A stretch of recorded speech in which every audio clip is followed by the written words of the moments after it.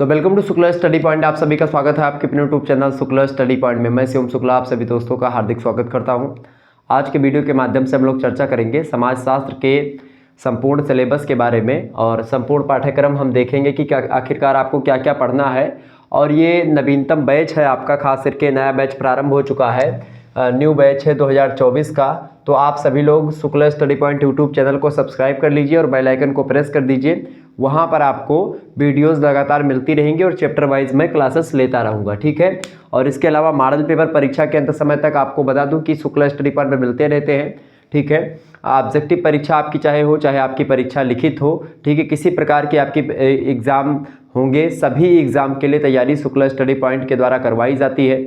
आपको बता दूं कि शुक्ला स्टडी पॉइंट हर एक सब्जेक्ट की वीडियो आपके समक्ष लाता है, हर एक सब्जेक्ट की क्लासेस यहाँ पर होती हैं। चाहे आप पॉलिटिकल साइंस से लिए हों, चाहे हिंदी, चाहे अंग्रेजी, चाहे एक प्रकार से एजुकेशन यानी शिक्षा शास्त्र, चाहे मनोविज्ञान यानी जिसको आप बोलते हैं साइकोलॉजी, चाहे दर्शन शास्त्र जिसको आप बोलते हैं फिलोसॉफी, चाहे इकोनॉमिक्स की आप बात कर लें या अन्य सब्जेक्ट होम साइंस की आप बात कर लें, हर एक सब्जेक्ट की क्लासेस जो होती हैं शुक्ला स्टडी पॉइंट पर बिल्कुल फ्री में उपलब्ध करवाई जाती हैं। तो आप सभी लोग शुक्ला स्टडी पॉइंट चैनल को ज्वाइन करें, मतलब चैनल को सब्सक्राइब करें और वीडियो को एक प्रकार से लाइक करके शेयर जरूर करें अपने सभी दोस्तों के पास। अभी आप इंटर पास करके आए हैं, चिंता करने की आपको बिल्कुल भी आवश्यकता नहीं है। शुक्ला स्टडी पॉइंट आपको विधिवत तरीके से एक एक पॉइंट को, एक एक टॉपिक को ऐसे समझा देगा कि आपको एक प्रकार से कहीं पर कुछ पढ़ने की आवश्यकता भी नहीं रहेगी। परीक्षा के अंत समय में हमारे द्वारा बताए गए मॉडल पेपर आपके लिए बहुत उपयोगी होंगे। इससे पहले 2023 की क्लासेस बहुत सारी यूट्यूब पर प्लेलिस्ट में आपको मिल जाएंगी, अवेलेबल हैं, तो आप उन वीडियोस को भी देखिए। इसके अलावा नए बैच जो है ये प्रारंभ हो चुके हैं, तो आप क्लासेस आपकी जो होंगी 2024 की परीक्षाओं के लिए होंगी। हालांकि 2023 के जो क्वेश्चन पेपर हैं, 2022 के क्वेश्चन पेपर हैं, वो हमारे चैनल पर ऑलरेडी आपको मिल जाएंगे। आप किसी विश्वविद्यालय से, सभी विश्वविद्यालयों के पेपर हमारे चैनल पर आपको मिल जाएंगे। तो और सॉल्व फॉर्म में, मतलब उनको मैंने हल भी करवाया, तो आप देख लीजिएगा, आसानी होगी आपको आगे पढ़ने में, ठीक है। और भी मैं व्यवस्था आपके लिए बहुत विधिवत करने वाला हूं अब की बार।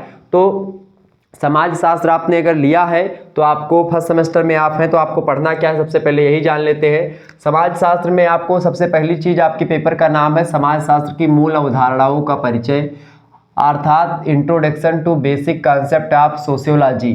मतलब सोशियोलॉजी के जो बेसिक कॉन्सेप्ट हैं, बेसिक कॉन्सेप्ट मतलब होता है मूल अवधारणाएं। तो समाज शास्त्र किन चीज़ों से मिलकर के बना है और समाज शास्त्र में मुख्य रूप से हमको क्या क्या जानना होता है, ये सब जो मूलभूत चीज़ें हैं समाज शास्त्र की, उसको हमको इस सिलेबस के अंतर्गत डिस्कस करना है।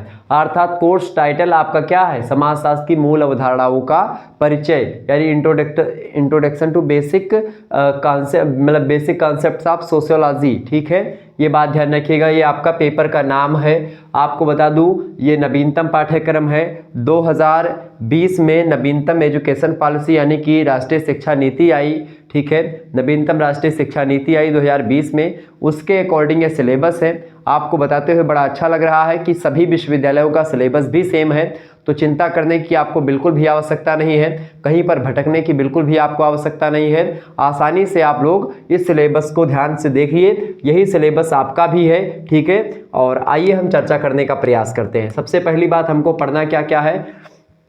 इन सभी चैप्टर से रिलेटेड बहुत सारी वीडियोस हमारे चैनल पर ऑलरेडी पहले से उपलब्ध है। 2023 में जो हमने पढ़ाया था तो वो सब आपको मिल जाएंगी प्लेलिस्ट में। लेकिन फिर भी मैं और भी क्लासेस आपको देने का प्रयास करूंगा और वो क्लासेस आपकी इंपॉर्टेंट है तो उनको आप जरूर देख लीजिएगा, ठीक है। आप इंटर पास करके आए हैं, आप साइंस साइड से हैं या आर्ट साइड से हैं, कोई मैटर नहीं करता। सोशियोलॉजी आप पढ़ना चाहते हैं, इससे पहले कभी सोशियोलॉजी नहीं पढ़ा है, तो यह वीडियो आपके समझ में जरूर आएगा और आपको लगेगा कि भाई सोशियोलॉजी बहुत ही सरल विषय है और बहुत ही अच्छे तरीके से आप लोग इसमें नंबर प्राप्त कर पाएंगे, ठीक है। आइए हम थोड़ा सा जानने का प्रयास करते हैं आखिरकार हमको पढ़ना क्या क्या है। सबसे पहली बात, हमको सबसे पहला जो चैप्टर है आपका क्या पढ़ना है, समाज शास्त्र का अर्थ। समाज शास्त्र का अर्थ, अध्ययन क्षेत्र और विषय वस्तु। समाज शास्त्र के अर्थ की बात की जाए, मतलब कि एक मीनिंग की बात की जाए, तो समाज शास्त्र के मीनिंग में आपको क्या पढ़ना है, भाई समाज शास्त्र का अर्थ क्या है। अब समाज शास्त्र की बात अगर आप करते तो समाज शास्त्र जो है दो शब्दों से मिलकर के बना है, पहला है समाज और दूसरा है शास्त्र। यानी समाज का जो शास्त्र, मतलब समाज का अध्ययन करने वाले शास्त्र या विज्ञान को हम लोग क्या कहते हैं, समाजशास्त्र कहते हैं। अच्छा, समाज क्या है प्रश्न यहाँ पर ये भी उठता है, तो समाज जो होता है सामाजिक संबंधों का जाल होता है। आपको बता दूं कि सामाजिक संबंध जो होते हैं उन्हीं संबंधों का अध्ययन करता है समाज, और चूंकि समाज का अध्ययन करने वाले शास्त्र या विज्ञान को हम समाज शास्त्र कहते हैं, तो कुल मिलाकर के हम ये कह सकते हैं कि समाज जो होता है सामाजिक संबंधों का जाल है, और इन्हीं जाल का अध्ययन करता है समाज शास्त्र, या इसी जाल के अध्ययन करने वाले शास्त्र या विज्ञान को हम समाज शास्त्र के नाम से जानते हैं। सोशियस और लोगस दो शब्दों से मिलकर के बना है सोशियोलॉजी, ठीक है, ये बात ध्यान रखिएगा। तो सोशियोलॉजी एक प्रकार से समाज का विज्ञान है, सोशियोलॉजी समाज का वैज्ञानिक अध्ययन करता है। सोशियोलॉजी एक प्रकार से आपको बता दूं समाज के व्यवहार का अध्ययन करता है। तो कुल मिलाकर के आप यहाँ पर देखेंगे कि समाजशास्त्र जो है वो समाज में रहने वाले जो मनुष्य हैं उनके बीच जो क्रियाकलाप होते हैं, उनके बीच जो संबंध हैं, उन्हीं पारस्परिक संबंधों का अध्ययन करता है, ठीक है, ये बात ध्यान रखिएगा। तो अच्छा, पारस्परिक संबंध क्या है? जैसे कि मान लेते हैं आप हैं और मैं हूँ, या आपके बगल का कोई पड़ोसी है और आप हो, तो आपके यहाँ आटा खत्म हो गया तो आप उसके यहाँ से आटा मांगोगे, तो ये भी एक संबंध हुआ। आपको कथा सुनना है तो सत्यनारायण जी की, तो पंडित जी को आप बुलाओगे, भाई कथा सुनना है हमको, तो पंडित जी से आपका संबंध हुआ। इसी प्रकार से नातेदारी व्यवस्था आपको पढ़नी पड़ती है, और किनशिप मतलब जिसको आप कहते हैं वो पढ़ना पड़ता है, ठीक है। इसके अलावा आप देखते हैं जजमानी व्यवस्था के बारे में आप यहाँ पर समाजशास्त्र में देखते हैं। जजमानी व्यवस्था से ही संबंधों का एक प्रकार से क्रियान्वयन होता है। जैसे कि कोई कुम्हार है तो वो मिट्टी का बर्तन बनाता है, सभी के लिए यूज़ में आता है। पंडित जी हैं, पूजा करते हैं, सभी के यहाँ पूजा करते हैं, ठीक है। इसी प्रकार से आप देखते होंगे बढ़ई है, वो दरवाज़ा बनाते हैं, लकड़ी का काम करते हैं, खटिया तख्ता बनाते हैं, बेड बनाते हैं, तो वो सभी के यहाँ पे यूज़ होता है। इसी प्रकार से लुहार है, लोहे का काम करते हैं। इसी प्रकार से जो जातियाँ हैं एक प्रकार से वो अपने अपने हिसाब से बढ़ती चली गई, और इनसे क्या होता है कि एक जाति का दूसरे जाति से एक प्रकार से क्या है, लगाव है, और एक जाति दूसरे जाति के यहाँ पर जाती है, उनसे कुछ चीज़ें लाती हैं और कुछ अपने यहाँ से भी उनको देती। कुल मिलाकर के क्या है, जाति व्यवस्था जो है इसी कर्म पर आधारित एक प्रकार से एक संरचना है, और उसी संरचना के द्वारा आप देखते हैं कि एक व्यक्ति है, जैसे मैं हूँ, मैं सत्यनारायण जी की कथा सुनता हूँ तो मेरा पंडित जी से भी संबंध है। मैं ही एक प्रकार से मुझे दाढ़ी शेविंग करवानी है, ठीक है, तो मैं नाऊ के यहाँ जाऊँगा, तो नाऊ जो है वो भी एक प्रकार से क्या है, वो भी उससे भी हमारा संबंध हो गया। हमको 1 किलो चीनी लानी तो हम दुकानदार के पास जाएंगे, तो दुकानदार से भी मेरा संबंध हो गया। हमें एक प्रकार से किसी से एक प्रकार से बैल से खेत जुतवाना है तो मैं उसके पास गया,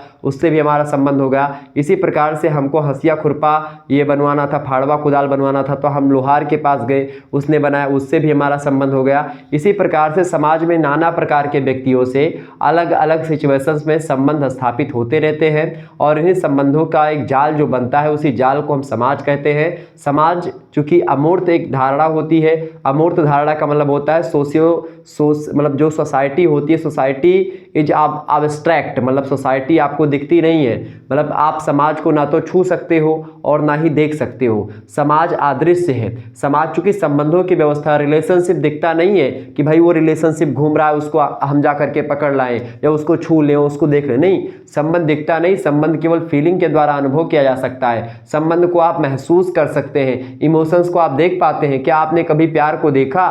क्या आपने कभी हंसी को देखा?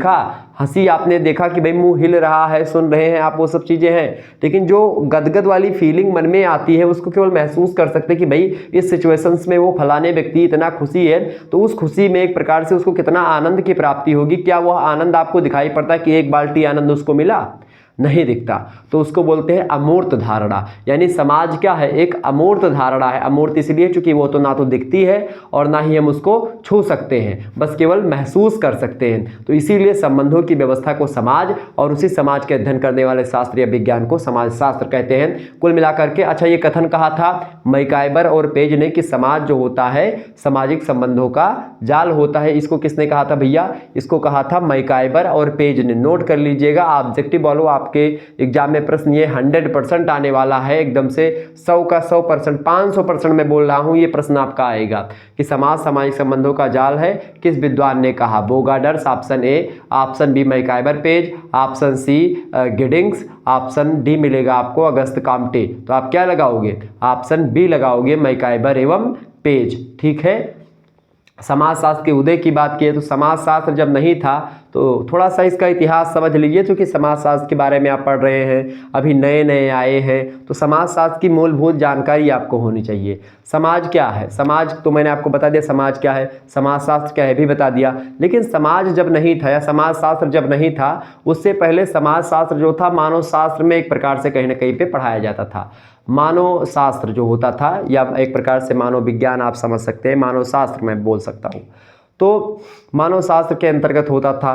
तो समाज शास्त्र को समाज शास्त्र नाम किसने दिया, ये भी प्रश्न आपसे ऑब्जेक्टिव में पूछा जाता है। या समाज शास्त्र किन दो शब्दों से मिलकर के बना, ये भी प्रश्न ऑब्जेक्टिव में आपसे बहुत पूछा जाता है। तो ये सारी चीज़ें मैंने आपको बता ही रखी भाई, सोशियस और लोगस दो शब्दों से मिलकर के बना है। सोशियस मतलब होता है समाज, और लोगस या उसका मतलब होता है शास्त्र या विज्ञान, यानी समाज का जो शास्त्र या विज्ञान अध्ययन करता है उसी को हम समाजशास्त्र कहते हैं। तो ये तो हो गया आपका ये, ठीक है, लैटिन और ग्रीक भाषा के शब्द हैं। इसके अलावा आपको बता दूं, समाजशास्त्र को समाजशास्त्र या सोशियोलॉजी जो नाम दिया है वो अगस्त कॉम्ट ने दिया है। किसने दिया भैया, अगस्त कॉम्ट ने दिया है। और इसीलिए जब अगस्त कॉम्ट ने उसको नाम दिया है समाजशास्त्र को, तो नाम दिया किसने समाजशास्त्र को, सोशियोलॉजी किसने कहा, अगस्त कॉम्ट ने कहा। और इसीलिए हम और आप अगस्त कॉम्ट को क्या जानते हैं, अगस्त कॉम्ट एक ऐसे समाजशास्त्री हैं जिन्होंने समाजशास्त्र को सोशियोलॉजी कहा, और इसीलिए उनको हम क्या बोलते हैं, समाजशास्त्र का पिता बोलते हैं, अर्थात फादर ऑफ सोशियोलॉजी। कौन है, फादर ऑफ सोशियोलॉजी आपके यही है, कौन है, अगस्त कॉम्टे। ध्यान रखिएगा, अगस्त कॉम्ट एक ऐसे व्यक्ति हैं जिन्होंने एक प्रकार से 1838 ईस्वी की बात है, 1838 ईस्वी में इन्होंने सामाजिक भौतिकी पहले कहा जाता था समाजशास्त्र को। तो आपसे ऑब्जेक्टिव में भी प्रश्न कई बार पूछा गया है कि समाजशास्त्र को सोशियोलॉजी नाम से पहले किस अन्य नाम से जाना जाता था, तो आप बताएंगे उसको सामाजिक भौतिकी के नाम से हम लोग जानते थे। 1838 ईस्वी में एक बहुत ज़बरदस्त विद्वान आते हैं, उनका नाम है अगस्त कॉम्टे। उन्होंने समाजशास्त्र को मतलब सामाजिक भौतिकी को सोशियोलॉजी नाम से संबोधित किया, और वहीं से समाजशास्त्र एक प्रकार से इसका नाम पड़ा, यानी सोशियोलॉजी से समाजशास्त्र बना हिंदी में। तो इस प्रकार से ये है समाज की उत्पत्ति के बारे में कुछ बातें। 1838 ईस्वी में उदय होता है। इसके बाद में समाजशास्त्र के अलग अलग देशों में भी उदय के लेकर के कई सारी बातें हैं, अमेरिका वगैरह में। वैसे मैं भारत की अगर बात करूं, कुल मिलाकर के भारत में, अच्छा इंग्लैंड में चूँकि 1907 ईस्वी में समाजशास्त्र पढ़ाया जाने लगा, ठीक है, और उससे पहले अमेरिका वगैरह में शुरू हो चुका था समाजशास्त्र का अध्ययन एक पृथक विषय के रूप में। लेकिन भारत में एक पृथक विषय के रूप में बम्बई विश्वविद्यालय में सबसे पहले समाजशास्त्र का अध्ययन जो है 1914 ईस्वी में प्रारंभ होता है। 7 सालों के बाद में इंग्लैंड में जब 1907 में प्रारंभ हुआ, तो उसके 7 सालों के बाद में भारत में प्रारंभ होता है। और उस समय भारत में शासन जो था वो ब्रिटिश हुकूमत थी, यानी भारत औपनिवेशिक दौर से गुजर रहा था। और मतलब औपनिवेशिक दौर का मतलब समझ रहे हैं। आज मैं आपको सबसे पहले तो बधाई देना आपको चाहता हूँ कि भाई आज स्वतंत्रता दिवस है, ठीक है। स्वतंत्रता दिवस के मौके पर आप सभी को बहुत बहुत बधाई।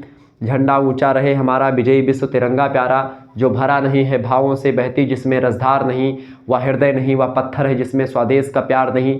तो आप लोग हमेशा स्वदेश प्रेम के लिए, आपको बता दूं एक चिड़िया का आप लोगों ने सुना होगा, मतलब चिड़िया जो है एक बहेलिया है और एक चिड़िया है पेड़ पर बैठी हुई है, जंगल में आग लगी हुई है।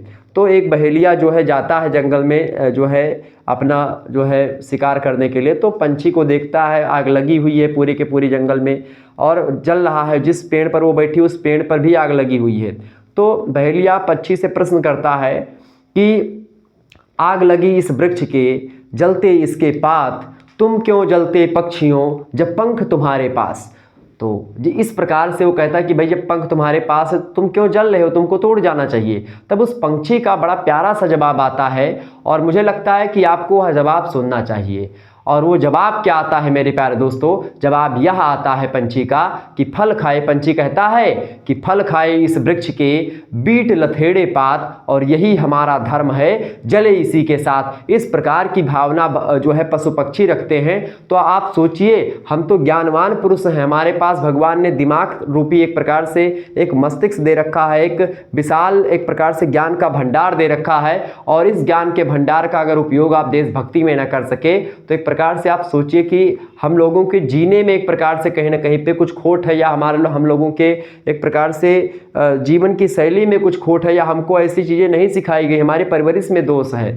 तो आप ये मान लीजिए देशभक्ति की जो भावना है वो आपके एक प्रकार से हृदय में विद्यमान होनी चाहिए।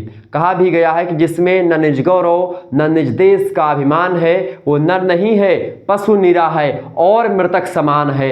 ये बात ध्यान रखिए, वो मृतक समान है जिसमें एक प्रकार से स्वदेश के गौरव की बात नहीं है। आपको बता दूं, हम लोग तो ऐसे पृथ्वी पर पैदा हुए हैं, भारत देश में पैदा हुए हैं, भारत माता की हम लोग गोद में पैदा हुए हैं। आप सोचिए कि पृथ्वी इस तरीके की पृथ्वी जहां पर ना ज़्यादा गोरे लोग हैं ना ज़्यादा काले लोग हैं, एकदम मध्य लोग हैं, एकदम से जिसको बोलते हैं ज़बरदस्त लोग, मतलब सुंदर लोग भी होते हैं यहाँ पर, अच्छे गेहुआ रंग है, कद काठी भी एक प्रकार से औसत है, सामान्य है, किसी प्रकार की कोई चिंता नहीं। अब सोचिए वो लोग कैसे जीते होंगे, ध्रुववासी जो एक प्रकार से बर्फ में एक प्रकार से रहते हैं, जो पोल पर निवास करते हैं, वो ठंडी में एक प्रकार से जी लेते हैं, नित कांप कांप कर रखते हैं अनुराग अलौकिक फिर भी अपनी मातृभूमि पर।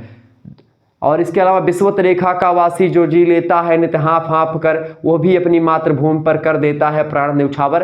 तो हम लोग यार इतनी अच्छी मिट्टी में पैदा हुए हैं जहाँ पर मैदान है, पहाड़ है, पर्वत है, हर एक चीज है। उच्चावचन का एक प्रकार से एक समन्वयात्मक भू संतुलन आपको दिखाई पड़ता है भारत देश में। और ऐसे भारत देश में हम लोग पैदा हुए, तो हमको अपने देश के प्रति मर मिटने की भावना भी रखनी चाहिए। ठीक है, ऐसे में देशभक्ति एक प्रकार से बहुत बड़ी भक्ति, स्वदेश प्रेम पुण्य क्षेत्र है, अमल असीम त्याग से विलसित, आत्मा के विकास से जिसमें मनुष्यता होती है विकसित। ठीक है, जो भरा नहीं है भावों से बहती, जिसमें रसधार नहीं, वह हृदय नहीं, वह पत्थर है जिसमें स्वदेश का प्यार नहीं। तो भारत माता के आंचल में हम लोगों को अपना संपूर्ण जीवन बिताना है, और भारत माता के लिए हमको अपने प्राणों को भी न्यौछावर कर देने की अगर बात आएगी तो हम उसके लिए भी तैयार हैं। आप सभी को स्वतंत्रता दिवस की बहुत बहुत बधाई, बहुत बहुत शुभकामनाएं। आप सभी लोग इसी प्रकार से पढ़ते रहें और अपने देश के प्रति स्वाभिमान एक प्रकार से अपने अंदर जरूर रखें। ठीक है, चलिए, तो चूंकि जननी जन्मभूमि से चा स्वर्गदयपि गरीयसी जननी, और जन्मभूमि ये स्वर्ग से भी बढ़कर बताई गई हैं। जननी मतलब होता है हमारी माता, और जन्मभूमि का मतलब होता है जहाँ पर हम पैदा हुए हैं। चलिए हम चर्चा करने का प्रयास करते हैं। तो 15 अगस्त के मौके पर हमने सोचा कुछ चीज़ें आपको बता दी जाए, ठीक है, ताकि आने वाली जो पीढ़ी है या हमारे जो छात्र छात्राएँ हैं उनके मन में थोड़ा सा अपने देश के प्रति अनुराग की भावना प्रकट हो। चलिए, तो समाजशास्त्र का अर्थ, अध्ययन क्षेत्र, समाजशास्त्र के बारे में हमने आपको सारी चीज़ें बता दी, उसके विकास और इतिहास के बारे में थोड़ा सा आगे बढ़ते हैं। अध्ययन क्षेत्र, समाजशास्त्र के अंतर्गत क्या क्या पढ़ना है, तो ये इसको बोलते हैं उसका स्कोप, यानी स्कोप आप सोशियोलॉजी हम पढ़ेंगे। इसके अलावा उसकी विषय वस्तु को भी एक प्रकार से स्कोप ही बोलते हैं। ठीक है, ये बात ध्यान रखिएगा, यानी कि समाजशास्त्र के अंतर्गत हमको क्या क्या पढ़ना है, जैसे समाज के बारे में पढ़ना है, समिति के बारे में, संस्था के बारे में, विवाह के बारे में, धर्म के बारे में, परिवार के बारे में, इसी प्रकार से सात्मीकरण के बारे में, और इसके अलावा संस्कृतिकरण के बारे में, सभ्यता के बारे में, संस्कृति के बारे में, भूमिका के बारे में, सामाजिक स्तरीकरण के बारे में। ठीक है, इस प्रकार से कई सारी विचारधाराएं जिसके बारे में हमको पढ़ना, कई सारी चीज़ें जिसको हमको पढ़ना होता है समाजशास्त्र के अंतर्गत। तो ये होता है समाजशास्त्र का अध्ययन क्षेत्र। ठीक है, इसके अलावा दूसरा चैप्टर आएगा हमारा, दूसरा चैप्टर समाजशास्त्र की प्रकृति, वैज्ञानिक और मानविकी उन्मुख। वैज्ञानिक और मानविकी, ये प्रकृति होती है किसी भी विषय वस्तु की। प्रकृति का मतलब होता है nature of sociology. Nature of sociology में क्या पढ़ना होता है आपको, सबसे पहले तो ये जानना है कि भाई समाजशास्त्र क्या एक वैज्ञानिक विषय है या समाजशास्त्र एक ह्यूमैनिटीज का सब्जेक्ट है। समाज शास्त्र चूंकि समाज का अध्ययन करता है तो एक वैज्ञानिक विषय है या एक प्रकार से ये ह्यूमैनिटीज का सब्जेक्ट है या मानविकी विषय है। तो एक तरफ हम लोग चर्चा करेंगे इसमें समाजशास्त्र में कि समाजशास्त्र एक वैज्ञानिक विषय है। ठीक है, एक तरफ हम लोग यहाँ पर ये सिद्ध करेंगे भाई समाजशास्त्र एक वैज्ञानिक विषय है, लेकिन वहीं तरफ एक दूसरा पक्ष भी समाजशास्त्र का है जो ये सिद्ध करता है कि समाजशास्त्र एक मानविकी उन्मुख एक प्रकार से विषय है, मतलब कि एक प्रकार से वो ह्यूमैनिटीज का सब्जेक्ट है, वो आर्ट का एक सब्जेक्ट है। तो एक प्रकार से समाजशास्त्र एक विज्ञान भी है और एक कला भी है। ठीक है, ये बात ध्यान रखिएगा। तो इन्हीं दोनों को सिद्ध करना, कुछ कला के फैक्टर को बताना है कि जिससे सिद्ध हो कि भाई समाजशास्त्र एक कला है, और कुछ ऐसे फैक्टर बताना या कुछ ऐसे चीज़ों को बताना जिससे ये सिद्ध हो कि समाजशास्त्र एक विज्ञान है। तो दोनों के बारे में कुछ जानकारी हम लोग देने का प्रयास करेंगे इसमें। हालांकि इन सभी की videos already Shukla study point channel पर अवेलेबल है, आप देख सकते हैं, प्लेलिस्ट में वीडियोस पड़ी हुई हैं। आप कहिएगा तो मैं उसको कम्युनिटी में पोस्ट कर दूंगा या फिर इसी के प्लेलिस्ट में मैं समाहित करवा दूंगा। ठीक है, तो ये सब चैप्टर्स हो चुके हैं, आप इनको देखिएगा। इसके अलावा तीसरा चैप्टर आपकी स्क्रीन पर आ चुका है, आप लोग देखिएगा। तीसरा चैप्टर क्या पढ़ना है हमको? समाजशास्त्र में, मतलब भारत में समाजशास्त्र का इतिहास, कैसे भारत में समाजशास्त्र आगे बढ़ा, प्रादुर्भाव कैसे हो समाजशास्त्र का, और समाजशास्त्र का विकास कैसे हुआ। समाजशास्त्र के इतिहास वगैरह के बारे में शुरुआत में हमने बताया भाई, बम्बई विश्वविद्यालय से 1914 इसमें प्रारंभ होता है। अच्छा, यहाँ पर समाजशास्त्र में भारत का जो इतिहास है, भारत में समाजशास्त्र का, वो हम वैदिक समाज से लेकर के आएंगे। वैदिक समाज से पहले आप देखते हैं सिंधु घाटी सभ्यता वगैरह जो है, या वैदिक समाज सही आप देखते हैं, उससे पहले सिंधु घाटी सभ्यता, या उसके बाद में आप देखते हैं वैदिक युग आता है, उत्तर वैदिक काल आता है। तो सभी में समाज कहीं ना कहीं पे था। तो उन्हीं समाजों के बारे में थोड़ा थोड़ा हमको अध्ययन करते हुए थोड़ा बहुत जानकारी हमको ग्रहण करनी है कि समाज का स्ट्रक्चर वगैरह कैसा था। और समाजशास्त्र का प्रादुर्भाव होता है 1914 ईस्वी में भारत में, एक प्रकार से एक पृथक विषय के रूप में, एक विशिष्ट विषय के रूप में 1914 ईस्वी में विश्वविद्यालय, बम्बई विश्वविद्यालय में प्रारंभ होता है। और उसके बाद में अगर उत्तर प्रदेश की बात की जाए तो उत्तर प्रदेश में आप देखते हैं लखनऊ विश्वविद्यालय का नाम आप लोगों ने सुना होगा। लखनऊ विश्वविद्यालय में एक प्रकार से भारत में, मतलब उत्तर प्रदेश में सबसे पहले समाजशास्त्र का अध्ययन प्रारंभ हुआ, एक पृथक विषय के रूप में, एक अलग विषय के रूप में। ठीक है, ये बात ध्यान रखिएगा। तो इस प्रकार से हम लोग तीसरे नंबर चैप्टर में इसके विकास, प्रादुर्भाव और एक प्रकार से उसके इतिहास के बारे में चर्चा करेंगे। फिर इसके बाद में हम लोग जाने का प्रयास करेंगे चौथे चैप्टर में, समाजशास्त्र का अन्य सामाजिक विज्ञानों के साथ क्या संबंध रहा है और अन्य सामाजिक विज्ञानों से क्या अंतर रहा है। समाजशास्त्र चूंकि एक आर्ट का सब्जेक्ट है, तो और भी कई सारे मानविकी सब्जेक्ट है या ह्यूमैनिटीज के सब्जेक्ट हैं जिनसे समाजशास्त्र का संबंध जाहिर सी बात है। चूंकि समाजशास्त्र जो है मानव के समस्त पहलुओं का अध्ययन करता है, चाहे वो राजनीतिक पक्ष हो, चाहे वो सामाजिक पक्ष हो, चाहे वो एक प्रकार से भौतिक पक्ष हो, सभी पक्षों का अध्ययन कहीं ना कहीं मानव के करता है। आप देखिएगा जैसे कि अन्य सामाजिक विज्ञानों में, जैसे मानव शास्त्र से समाजशास्त्र का बड़ा गहरा संबंध है, और अंतर भी दोनों में। अर्थशास्त्र चूंकि मनुष्य के ही एक प्रकार से एक पहलू है, मनुष्य के जीवन की ही आर्थिक पक्ष, तो मनुष्य का एक प्रकार से एक पहलू क्या है, आर्थिक पक्ष है। तो उस आर्थिक पक्ष के बारे में भी हमको अध्ययन करना होता है समाजशास्त्र के अंतर्गत। तो समाजशास्त्र और अर्थशास्त्र में भी गहरा संबंध है। राजनीतिक पक्ष, तो राजनीतिक शास्त्र का भी गहरा संबंध है समाजशास्त्र से। तो समाजशास्त्र का क्या संबंध है राजनीतिक शास्त्र से, और समाजशास्त्र और राजनीतिक शास्त्र में क्या अंतर है, दोनों को हम जानेंगे। इसके अलावा मनोविज्ञान से क्या संबंध है। मनोविज्ञान संबंध इस प्रकार से है, चूंकि समाजशास्त्र मानव के व्यवहारों का अध्ययन करता है, मानव के संबंधों का अध्ययन करता है, और मनोविज्ञान मनुष्य के व्यवहारों का अध्ययन करता है। तो देखिए, समाजशास्त्र संबंधों का अध्ययन करता है, मानव शास्त्र व्यवहारों का अध्ययन करता है। और चूंकि व्यवहार और संबंध जो होते हैं कहीं ना कहीं पे एक दूसरे के पूरक होते हैं, बिना व्यवहार जो बने हुए संबंधों का व्यवहार कैसा है वही संबंध को आपके डिनोट करता है। तो कहीं ना कहीं पे संबंध भी है मनोविज्ञान और समाजशास्त्र में, और अंतर भी आपको देखने को मिलेगा। दोनों चीज़ों को हम लोगों को यहाँ पर पढ़ना है, और यहाँ पर प्रश्न भी आते हैं दोनों से। इसके अलावा समाजशास्त्र का इतिहास से भी संबंध है, क्योंकि इतिहास में समाज कैसा रहा था उसके बारे में इतिहास हमको बताता है, और समाज में इतिहास की क्या भूमिका है, समाज वर्तमान में इतिहास से क्या सीखता है, ये भी एक प्रकार से हमको जानना होता है। तो समाजशास्त्र और इतिहास में क्या संबंध है और क्या अंतर होगा दोनों में, इन अंतर और समानताओं दोनों को हम लोग आगे समझते हुए आगे बढ़ेंगे। प्रश्न आपसे पूछेगा समाजशास्त्र एवं मानव शास्त्र में क्या अंतर है, अंतर को बताते हुए समानताओं पर प्रकाश डालिए। ऐसे पूछेगा समाजशास्त्र एवं अन्य सामाजिक विज्ञानों का परिचय दीजिए। तो उनमें इन सभी जो है चीज़ों के बारे में आपको बताना होगा। दीर्घ उत्तरीय में प्रश्न आपसे पूछ सकता है। वैसे लघु उत्तरीय में प्रश्न पूछेगा तो लघु उत्तरीय में पूछेगा समाजशास्त्र एवं राजनीतिक शास्त्र में क्या अंतर है। अति लघु उत्तरीय में प्रश्न पूछेगा केवल समाजशास्त्र और अर्थशास्त्र या राजनीतिक शास्त्र या इतिहास लिख करके छोड़ देगा, बस उसके आगे कुछ नहीं करेगा। ठीक है, ये बात ध्यान रखिएगा। तो इस प्रकार से ये थोड़ा सा चौथा चैप्टर में हमको देखना है।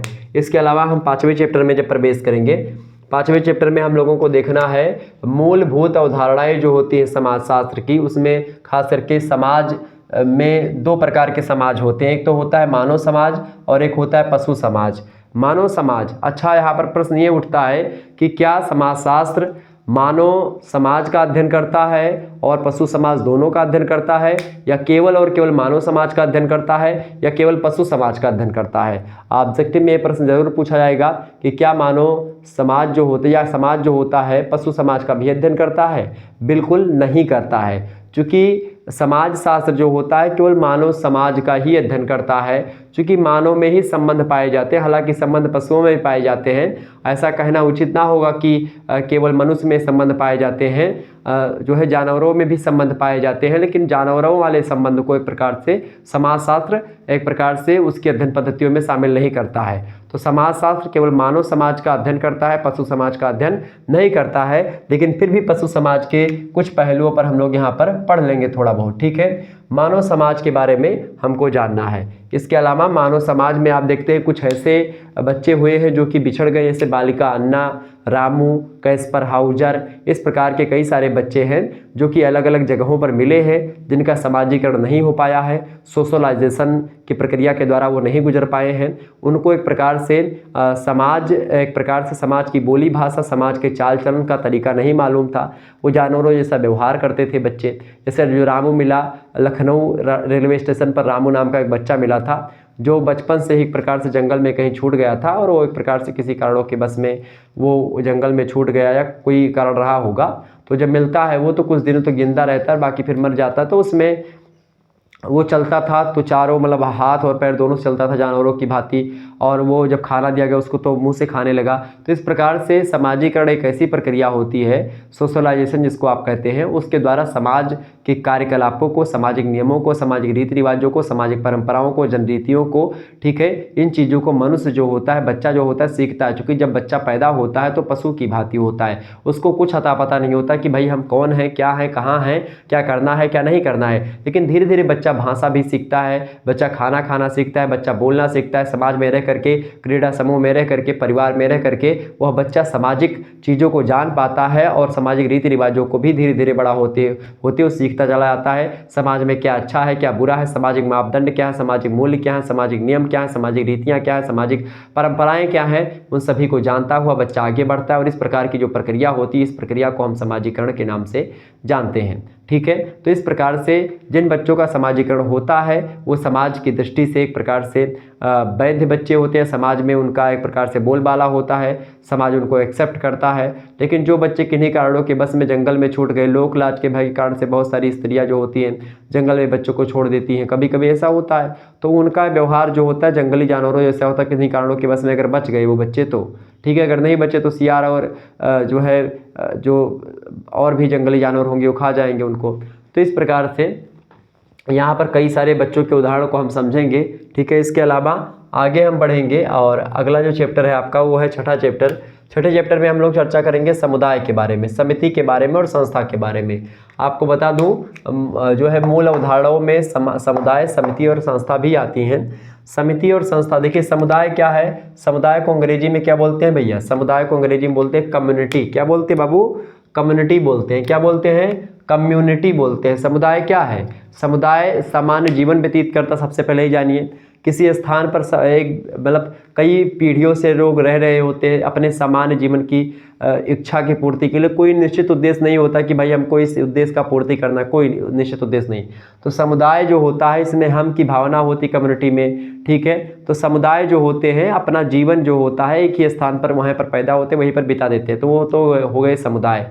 तो ये होते हैं आपके समुदाय। समुदाय में एक प्रकार से एक दो पीढ़ी, चार पीढ़ी, कई पीढ़ी के लोग इकट्ठा रहते हैं। समुदाय में एक प्रकार से एक समुदाय का व्यक्ति जब किसी दूसरे समुदाय के व्यक्ति से मिलता है या किसी दूसरे समुदाय के व्यक्ति से झगड़ा होता है, तो जो जिस समुदाय के, मान लेते ए समुदाय का बच्चा बी समुदाय से लड़ा, तो ए समुदाय वाले जो लोग होंगे वो ए का मतलब साथ देंगे और बी समुदाय वाले बी का साथ देंगे। ये नहीं देखेंगे गलती किसकी है, मतलब कि हम की भावना होती है कि भाई ये हमारा है। तो एक प्रकार से सभी अपना परिवार समझते हैं और समुदाय, एक समुदाय के लोग जीवन प्रत्न जो होते हैं एक निश्चित भूभाग में रहते हैं। यानी समुदाय जहाँ पर रहते हैं उनका एरिया फिक्स होता है कि भाई यहाँ से यहाँ तक एरिया हमारा है। तो एक निश्चित भूभाग में, सबसे पहली बात विशेषता, एक निश्चित भूभाग में रहते हैं। दूसरी विशेषता हम की भावना पाई जाती है। तीसरी विशेषता जीवन प्रयत्न तक वहीं पर बने रहते हैं। चौथी विशेषता अपने सामान्य उद्देश्य की पूर्ति करते हैं, जैसे खाना, रहना, इस प्रकार के। तो कोई अन्य उद्देश्य इनका नहीं होता है कि कोई पहले से उद्देश्य बना लेते हैं, तो ये होता है समुदाय आपका। इसके बाद में समितियां होती हैं, ठीक है। समितियां जैसे अब नवरात्रि आएगी, दुर्गा पूजा समिति बनेगी। आपको पता होगा दुर्गा पूजा समिति जो बनती है वो समिति यही समिति होती है। समिति जो होती है कुछ लोगों का ऐसा संगठन होता है जो निश्चित उद्देश्यों की पूर्ति के लिए बनाई जाती है, और जब वो उद्देश्य पूर्ण हो जाते हैं तो उस समिति को फिर भंग कर दिया जाता है। तो समिति जो होती है उसमें निश्चित उद्देश्य होता है, समुदाय में कोई निश्चित उद्देश्य नहीं होता है, ये बात ध्यान रखिएगा। समुदाय लोगों का संगठन नहीं है, समुदाय एक प्रकार से हम की भावना है। समुदाय में लोग रहते हैं तो एक प्रकार से समिति क्या है, समिति मूर्त संगठन है, लेकिन समुदाय जो है वो अमूर्त धारणा है। इसी प्रकार से संस्था की अगर बात की जाए तो संस्था क्या है, संस्था को अंग्रेजी में क्या बोलते हैं, इंस्टीट्यूशंस बोलते हैं। क्या बोलते हैं? समिति को क्या बोलते हैं, समिति को क्या बोलते हैं अंग्रेजी में, बताइए। समिति को अंग्रेजी में क्या बोलते हैं? फटाफट से आप लोग बताने का प्रयास करेंगे। समिति को अंग्रेजी में क्या बोलते हैं भाई, फटाफट से आप लोग बताने का प्रयास करेंगे। समिति को अंग्रेजी में क्या बोलते हैं? तो समिति को अंग्रेजी में बोलते हैं एसोसिएशन, और संस्था को बोलते हैं इंस्टीट्यूशन, ठीक है, और समुदाय को बोलते हैं कम्युनिटी। क्लियर? ये बात ध्यान रखिएगा। यानी कि ये है कम्युनिटी, ठीक है, ये है एसोसिएशन, और ये होती है एक प्रकार से क्या, संस्था। क्या होती है संस्था? जो होती है उसको बोलते हैं इंस्टीट्यूशन। तो संस्था क्या करती है, जैसे कि कोई विद्यालय वगैरह हो गया, महाविद्यालय है, यूनिवर्सिटी है, तो ये सब संस्थाएं होती हैं, ठीक है। तो इस प्रकार से हम लोग समुदाय, समिति, संस्था और समाज, इन चारों के बीच में, और सामाजिक समूह, इन सभी के बीच में अंतर और प्रकृति, इन चीज़ों को, इनकी विशेषताओं को, जैसे समुदाय का अर्थ, परिभाषा और विशेषताएं, ये पूछा जाता है। समिति की अर्थ, परिभाषा, विशेषताएं, समुदाय, समिति, संस्था और समाज। समाज किसे कहते हैं? समाज से आप क्या समझते हैं? समाज का अर्थ, परिभाषा एवं विशेषताएं बताइए। इस प्रकार से प्रश्न आपसे आएंगे। समाज और समुदाय में क्या अंतर है? समुदाय और समिति में क्या अंतर है? समुदाय और समाज में क्या अंतर है? समिति और संस्था में क्या अंतर है? इस प्रकार के कई सारे प्रश्न आपको मिलेंगे अगर आपकी परीक्षा लिखित होती है तो, ठीक है। तो इन सभी के अंतर को लेकर के भी वीडियो ऑलरेडी हमारे चैनल पर उपलब्ध है। मैं और भी वीडियोस बनाने का प्रयास करूंगा जिसमें इन सभी चैप्टर्स के बारे में बताऊंगा। इसके बाद में हम लोगों को पढ़ना है सामाजिक समूह, चैप्टर नंबर 7 में। सामाजिक समूह को बोलते हैं सोशल ग्रुप्स। समूह की बात की है तो ग्रास समनर से लेकर के चार्ल्स फूले महोदय तक, ठीक है, इन सभी लोगों ने समूह को एक प्रकार से अलग अलग तरीके से कैटेगराइज किया है। किसी ने प्राथमिक समूह और द्वितीयक समूह बताया, किसी ने एक प्रकार से आंतरिक समूह, जैसे ग्रास समनर ने इनको अंतः समूह और बाह्य समूह 2 कैटेगरी में बांटा है, और चार्ल्स फूले महोदय ने 2 कैटेगरी में बांटा, प्राथमिक समूह और द्वितीयक समूह। तो सामाजिक समूह जो होते हैं वो कुछ लोगों का संगठन होते हैं जो कि एक प्रकार से समाज में रहते हैं। तो सामाजिक समूहों की अगर हम बात करेंगे, जैसे परिवार भी एक सामाजिक समूह है, वो प्राथमिक समूह के अंतर्गत आता है, ठीक है। तो ये होते हैं समूह के बारे में हम लोग विस्तार चर्चा करेंगे। इसके बाद में समूह की परिभाषा, समूह के प्रकार और समूह एक प्रकार से इसकी विशेषताएं, ये आपसे प्रश्न आप मतलब लिखित में पूछा जाता है। ऑब्जेक्टिव में बहुत सारे प्रश्न पूछे जाते हैं कि भाई ग्रास समनर ने समुदाय को मतलब समूह को कितने भागों में बांटा, तो आप बताएंगे 2 भागों में। कौन कौन से? तो आप बताएंगे अंतः और बाह्य समूह, ठीक है। इस प्रकार से आगे देखते हैं। 8वां चैप्टर हमको पढ़ना है सामाजिक संस्थाओं के बारे में। सामाजिक संस्थाएं कौन सी हैं? जैसे कि सोशल जो इंस्टीट्यूशन है उनमें परिवार, मैंने आपको बताया था संस्था क्या होती है। संस्था देखिए, परिवार एक संस्था भी है और एक समूह भी है, ये बात भी आप ध्यान रखिएगा। तो संस्था में जैसे परिवार हो गया, नातेदारी हो गई, ये सब क्या है? ये सब एक संस्था है, ठीक है।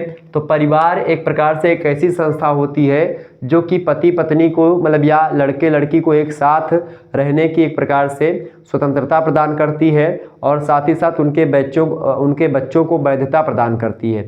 मतलब परिवार एक ऐसी संस्था है जो एक लड़का और एक लड़की को एक साथ समाज में रहने की वैधता प्रदान करता है और उनके बच्चों को भी वैध प्रदान करता है। उनको उत्तराधिकार की चीज़ें सारी मतलब अधिकार उनको मिलते हैं। अगर विवाह के द्वारा कोई बच्चा नहीं मतलब विवाह से पहले पैदा हो जाता है या बिना विवाह के एक लड़का और एक लड़की चाहे कि समाज में हम रहें, तो ऐसा समाज वैधता नहीं देता है। समाज के दृष्टि से वह अपराध है, लेकिन कानून की दृष्टि से अपराध नहीं। अगर लड़का लड़की राजी हैं तो वो एक साथ रह सकते हैं। लिविंग रिलेशनशिप शहरों में इसी को कहा जाता है आजकल। तो आजकल बहुत सारे लोग लिविंग में रहते हैं, लिविंग रिलेशनशिप जिसको आप बोलते हैं, साथ साथ रहना बिना शादी के, ठीक है, जांचना परखना है को। पहले जनजातियों में ऐसा हुआ करता था। कुछ जनजाति ऐसी हैं जो कि एक प्रकार से उनमें विवाह से पहले क्या होता है, 1 महीने तक लड़का लड़की साथ में रहते हैं, एक दूसरे को समझते हैं, जानते हैं, फिर उसके बाद में शादी ब्याह होता है, फिर साथ साथ रहते हैं। कुछ जनजातियों में ऐसा प्रचलन था पहले, लेकिन अब देखिए जनजातियों में प्रचलन है। अब जनजातियों को लोग पिछड़ा हुआ बोलते हैं, लेकिन आज फिर वही पिछड़ेपन को हम लोग अपना रहे हैं और एक साथ विवाह से पहले रह रहे हैं। अब ये आप नहीं कह सकते हो कि क्या आगे है और क्या पीछे है, क्या मॉडर्न है और क्या प्राचीन है, क्या एंशियंट है क्या मॉडर्न है, ये आप डिसाइड नहीं कर सकते हो। किन मापदंडों पर आखिरकार आप किसी को आधुनिक और किसी को प्राचीन कहते हो, किसी को आप एक प्रकार से गंवार और किसी को आप मॉडर्न बोलते हो। क्या कटी फटी जीन्स पहन लेने से और जो है बाल को 2 साइड 1 साइड करवा करके, बाल पर एक प्रकार से दुनिया भर का टैटू बनवा करके, शरीर में एक प्रकार से गुदना गुदवा करके अपने आप को क्या आप आधुनिक समझ रहे हैं? समझ रहे हैं आधुनिक? बिल्कुल आप आधुनिक नहीं हो। समझ रहे हैं? क्या धोती कुर्ता पहनना, क्या कुर्ता पैजामा पहनना, अंगोछा रखना सर पे, क्या ये गंवारूपन है? बिल्कुल नहीं है। क्या ये प्राचीनता है? नहीं है। समझ रहे हैं? तो ऐसा क्या मापदंड है जो आधुनिकता और प्राचीनता को डिनोट करता है? तो हो सकता है जो आज हम लोग जी रहे हैं वो एक प्रकार से जो हम लोग आज काम कर रहे हैं वो हमने अपने आप को लगता है कि भाई हम लोग पीछे हैं। किससे? पाश्चात्य सभ्यता से।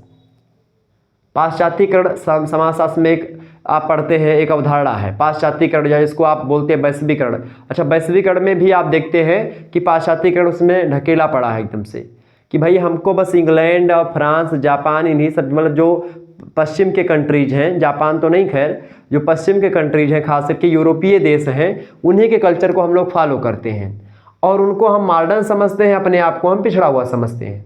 ये बात आप लोग भी जानते होंगे। अभी आप पढ़ेंगे, अभी तो इंटर पास करके आप आए हैं, इसके बाद में आगे आप धीरे धीरे चलकर बीए करेंगे, एमए करेंगे, बड़ी बड़ी यूनिवर्सिटीज़ में जाएंगे तो आपको वैचारिक प्रतिद्वंदता आपको मिलेगी। वहाँ पर आप द्वंद्व होगा कि भाई वाम पंथ दक्षिण पंथ में बड़ा विरोध चलेगा कि कुछ लोग भगवान को मानेंगे, कुछ लोग भगवान को नहीं मानेंगे। इस प्रकार से कई सारी विचारधाराएं उसमें चलेंगी, ठीक है। बहुत वैचारिक द्वंद्व होगा। आप एमए में करिएगा, पीएचडी करिएगा, बहुत वैचारिक द्वंद्व है भैया। यूनिवर्सिटीज़ में इतना वैचारिक द्वंद्व है कि वैचारिक द्वंद्व के चलते एक प्रकार से क्या हो रहा है, पढ़ाई वढ़ाई एकदम से कूड़े में चली गई है। अब केवल वैचारिक द्वंद्व है। स्वतंत्रता के नाम पर कुछ भी मांग रहे हैं लोग, कुछ भी कर रहे हैं।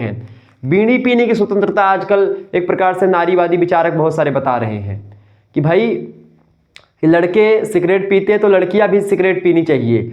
लड़के जैसे कपड़े पहनती हैं, मतलब लड़के जैसे कपड़े पहनते हैं वैसे लड़कियां भी कपड़े पहने, बिल्कुल पहने, कोई दिक्कत की बात नहीं है। लेकिन अब क्या जो गलत चीज़ें लड़के कर रहे हैं वो भी लड़कियां करें? ये कौन सी बात है? कुछ नारीवादी विचारक हमारे मित्र हैं जो स्त्री विमर्श पर बहुत सारा काम कर रहे हैं, कुछ दलित विमर्श के साथी हैं। तो दलित विमर्श वाले साथियों और कई सारे साथी हमारे मित्र हैं, बहुत गहरे मित्र हैं, तो उनके विचारों को मैं जब देखता हूं तो मुझे लगता है कि ये किस तरीके के स्वतंत्रता की बात करते हैं। स्वतंत्रता के नाम पर कुछ भी आप मांग रहे हैं। स्वतंत्रता के नाम पर आप क्या क्या करोगे भाई? जो नकारात्मक चीज़ें हैं उसको भी आप स्वतंत्रता में शामिल कर लोगे। जिस नकारात्मकता से आप भाग रहे हो उस नकारात्मकता को फिर से आप अपना रहे हो, तो ये क्या मापदंड है? हालांकि इस पर जो है ज़्यादा चर्चा करना उचित नहीं है यहाँ पर, चूंकि आपका सिलेबस इस पर मैं किसी दिन चर्चा कर दूंगा आप विस्तार से। इस पर बड़ा लंबा प्रोसेस है और इसमें सामाजिकता का मापदंड कोई नहीं है। कभी अब ये मत सोचिएगा, अगर आप हिंदी जानते हैं तो आप ये मत सोचिए कि आप गंवार हैं, आप पढ़े लिखे नहीं हैं। हिंदी बहुत ज़बरदस्त भाषा है। आप हिंदी पढ़ रहे हैं चाहे आप अंग्रेजी जान रहे हैं, किसी भाषा में उच्चता और किसी भाषा में निम्नता नहीं है। ये बात मत सोचिएगा कि आप जो है अंग्रेजी के 4 अक्षर नहीं बोल पा रहे हैं, आप ये नहीं बोल पा रहे व्हाट्सएप और हाय बाय नहीं कर पा रहे हैं तो आप अपने आप को गंवारू मत समझिएगा कभी। आप ये सोचिए आप नमस्ते कर रहे हैं, बहुत बड़ी बात है। तो आजकल सभी लोग तो नमस्ते करने के उतारू आ गए हैं, हाय बाय तो खत्म होते हो चल जा रहा है। आज इंग्लैंड के लोग राधे कृष्णा मूवमेंट पर उछल उछल करके नाच रहे हैं, इतने इतने ऊंच कूद रहे हैं, साधु संत बन करके जो है एकदम से पियरी पहन करके खूब कूद रहे हैं और ढोल नगाड़ा बजा करके नाच रहे। राधे कृष्णा मूवमेंट, राधे कृष्णा बोलते हैं। तो वही लोग विरोध करते थे भगवान का, कहते थे भारत वाले क्या हैं, भारत वाले तो ऐसे हैं एकदम से कुछ पढ़े लिखे नहीं, इनको मैं सुधारने के लिए आया हूँ। इंग्लैंड लोग कहते थे, लॉर्ड मैकाले बोलता था ऐसा। तो इस प्रकार से आप देखते हो, बोलता था कि भाई भारत की सारी पुस्तकों को इकट्ठा कर लो और इंग्लैंड की लाइब्रेरी से जाओ, किसी एक पुस्तक को उठा लो और वो एक प्रकार से उसके बराबर हो जाएगी, वो बोलता था। और मैं चैलेंज करता हूँ, आ जाए कोई भी पुस्तक यहाँ से भी उठा लो, किसी भी लाइब्रेरी से बढ़िया पुस्तक, कोई धार्मिक ग्रंथ ही उठा लो, मैं बोलता हूँ, और अपने यहाँ का कोई ले आओ जो आपको अच्छी पुस्तक लगती हो, धुआं धुआं हो जाओगे, 2 मिनट लगेगा। तो इस प्रकार से सारी चीज़ें हैं। तो सामाजिक संस्थाओं में हमको परिवार और नातेदारी के बारे में पढ़ना है। तो परिवार के बारे में हम समझा रहे थे। परिवार एक ऐसी संस्था है जो समाज में एक लड़का और एक लड़की को रहने की वैधता प्रदान करता है और उनके बच्चों को भी सामाजिक वैधता मिलता है। अगर वो बच्चे शादी से पहले हो जाते तो उन्हीं बच्चे को नाजायज औलाद बोला जाता है। आपको पता होगा, नाजायज मतलब क्या होता है, मतलब जायज नहीं है, वो समाज में वो वैधता नहीं मिली है उनको, तो वो एक प्रकार से वो बच्चे एक प्रकार से नहीं माने जाते हैं, सामाजिक वैध नहीं माना जाता, उनको उत्तराधिकार का भी अधिकारी नहीं होता। चाहे मिताक्षरा टीका में आप देखिएगा तो उसमें उनको सामाजिक वैधता नहीं मिलेगी, मतलब पिताजी के खेत पात में हिस्सा नहीं मिलता है उनको। नातेदारी की अगर बात की जाए, नातेदारी व्यवस्था जैसे कि शादी ब्याह होता है, नातेदारी शादी ब्याह से ही होती है। जैसे नातेदारी में आपके बुआ जी हैं, आपके एक प्रकार से मामा जी हो गए, आपके एक प्रकार से मौसी, या आप देखते बहुत सारे नातेदार लोग होते हैं आपके, तो वो सब नातेदारी व्यवस्था होती है कि समाज में जहाँ वैवाहिक संबंधों के बाद में नातेदार लोग बन जाते हैं। ठीक है, तो वैवाहिक संबंध जो होते हैं नातेदारी को बढ़ावा देते हैं, रिश्तेदारी नातेदारी उसी को बोलते हैं। तो ये हो गया, इसको हमको समझना है। नातेदारी किसे कहते हैं, कैसे बनती है, विशेषता नातेदारी की, ये सब हम लोगों को पढ़ लेना है। इसके बाद में हमको क्या जानना है भाई, इसके बाद में देखिए विवाह। अच्छा, विवाह संस्था के द्वारा होता है, विवाह संस्था के द्वारा होता है। परिवार जो होता है क्या होता है, परिवार क्या होता है, 2 परिवार। अच्छा देखिए, कई प्रकार के परिवार, एक संयुक्त परिवार होता है और एक केंद्रीय परिवार होता है। यहाँ पर मैं विवाह के बारे में भी आपको समझा रहा था कि विवाह के द्वारा क्या होता है, एक लड़का और एक लड़की एक साथ रह सकते हैं परिवार में। ठीक है, ये मैं विवाह के बारे में बता रहा था, तो वहाँ पर थोड़ा सा गलती हो गई मुझसे, वो परिवार में सोच रहा था विवाह लिखा हुआ है। ठीक है, लेकिन विवाह यहाँ पर है 9वें चैप्टर में। तो विवाह ही होता है जो कि एक प्रकार से एक ऐसी संस्था विवाह जो कि सामाजिक वैधता प्रदान करती है, और विवाह के द्वारा ही परिवार का निर्माण होता है। परिवार एक प्रकार से एक ऐसी संस्था है जिसमें पति पत्नी और उनके अविवाहित बच्चे निवास करते हैं। अगर पति पत्नी और उनके अविवाहित बच्चे हैं तो उसको परिवार बोल सकते हो, उसको आप एकल परिवार बोलोगे। ठीक है, केंद्रीय परिवार बोलोगे, सेंट्रल फैमिली बोलोगे उसको। ठीक है, ये बात ध्यान रखिएगा। एक ज्वाइंट फैमिली होती है जिसमें चाचा चाची, काका काकी, दादा दादी, पापा मम्मी सब रहते हैं और बच्चे भी रहते हैं, और कुछ बच्चों की शादी भी हो गई है, उनके भी बच्चे हैं, तो होता है संयुक्त परिवार। ठीक है, और एकल परिवार मतलब जैसे आजकल शहरों में आपको देखने को मिलते हैं। ठीक है, तो विवाह के द्वारा परिवार बनता है, और जब विवाह होता है तो विवाह के द्वारा ही नातेदार लोग बढ़ते हैं। परिवार में एक प्रकार से परिवार बनता है, परिवार से तमाम सारे और परिवार जुड़े होते हैं, उन्हीं को नातेदारी व्यवस्था बोलते हैं। ठीक है, इसके अलावा आगे बढ़ते हैं। 10वें चैप्टर में आपको पढ़ना शिक्षा के बारे में, राज्य के बारे में और धर्म के बारे में। खास करके शिक्षा किसे कहते हैं, तो शिक्षा की विशेषता, शिक्षा के बारे में पूरा हम जानेंगे, एजुकेशन। राज्य क्या होता है और धर्म क्या होता है, राज्य के विभिन्न पहलुओं पर चर्चा करेंगे। समाज और राज्य की उत्पत्ति को लेकर के सामाजिक समझौते का सिद्धांत जो आया है उसके बारे में जानेंगे, सामाजिक समझौता जो हुआ राज्य के बनने को लेकर के उसके बारे में। धर्म किसे कहते हैं, धर्म के बारे में समझेंगे। ठीक है, धर्म क्या है, धर्म की विशेषता क्या है, धर्म के प्रकार क्या क्या हैं, सामाजिक धर्म, आप धर्म, विशिष्ट धर्म, ये सब क्या है, इसके बारे में चर्चा करेंगे। सामान्य धर्म जिसको बोलते हैं, सामान्य धर्म, आप धर्म और विशिष्ट धर्म, इसके बारे में चर्चा करेंगे। शिक्षा में हम देखेंगे शिक्षा की विशेषताएं, शिक्षा के प्रकार, और शिक्षा एक प्रकार से एक व्यापक शिक्षा है और एक प्रकार से एक संकुचित शिक्षा है। तो संकुचित शिक्षा जो विद्यालयों में आप पढ़ते हैं, जैसे कि एक सिलेबस निर्धारित है कि भाई इतना ही पढ़ना, तो वो हो गई आपकी संकुचित शिक्षा। ठीक है, एक होती है व्यापक शिक्षा जिसमें आप जब से पैदा होते हैं और जब तक मर नहीं जाते तब तक आप सीखते ही रहते हैं। तो एक तो शिक्षा ये हो गई कि भाई आप हर कुछ सीख ही रहे हैं, तो वो होती है। तो इनके बारे में, धर्म के बारे में हम चर्चा करेंगे। ठीक है, ये होता है। इसके अलावा संस्कृति और सभ्यता के बारे में चर्चा करेंगे। संस्कृति क्या है और सभ्यता क्या है, बहुत ही इंपॉर्टेंट टॉपिक है संस्कृति। संस्कृति को अंग्रेजी में बोलते हैं कल्चर, और सभ्यता को अंग्रेजी में बोलते हैं सिविलाइजेशन। तो कल्चर और सिविलाइजेशन के बारे में चर्चा करेंगे। सभ्यता मतलब जो संस्कृति होती है, संस्कृति एक पीढ़ी से दूसरी पीढ़ी में हस्तांतरित होती है। संस्कृति एक विचार है, एक विचार शैली है, ठीक है, ये बात ध्यान रखिएगा। संस्कृति एक प्रकार से एक भौतिक संस्कृति होती है, एक अभौतिक संस्कृति होती है।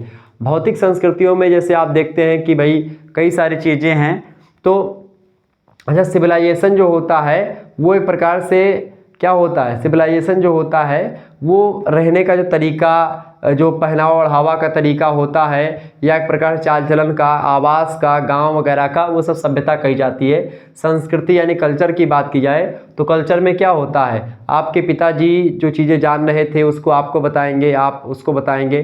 भौतिक संस्कृतियों में आप देखते हैं कई सारी चीज़ें होती हैं, जैसे आजकल जो पंखा, टीवी, कूलर, ये सब ऐसे भौतिक संस्कृतियों के ही उदाहरण है, ठीक है। तो ये सब एक प्रकार से संस्कृति और सभ्यता के अंतर्गत है।